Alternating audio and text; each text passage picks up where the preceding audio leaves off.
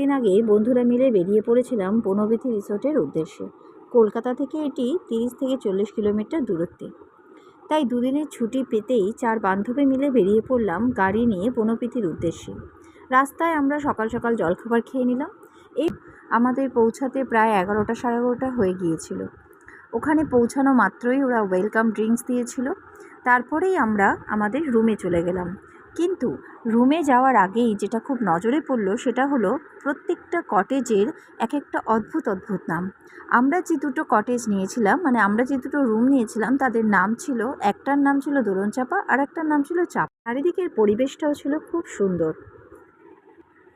রুমে পৌঁছেই আগে লাগেজ রেখে ড্রেস চেঞ্জ করে একটু ফ্রেশ হয়েই আমরা নেমে পড়লাম পুলের উদ্দেশ্যে। পুলের মধ্যে আমরা খুব মজা করলাম, সবাই মিলে খুব আনন্দ করলাম। তারপরে পেয়ে গেছিলো অসম্ভব খিদে। চলে গেলাম রুমে এবং সবাই একসাথে বসে খাওয়া দাওয়া করলাম। একটু বিশ্রাম নিয়েই ঘুরতে বেরিয়ে পড়লাম পুরো রিসোর্টটা ছিল অনেক বড়। অনেক কনস্ট্রাকশনই তখন তৈরি হয়নি, কিছু কিছু জায়গায় কাজও চলছিল, কিন্তু পুরোটা অনেকটা জায়গা নিয়ে এই রিসোর্টটা রয়েছে। আমাদের সন্ধে হয়ে গেল। সন্ধেবেলা লাইট জ্বলে একটা অদ্ভুত রকম সৌন্দর্য ফুটে উঠেছিল সেই রিসোর্টে।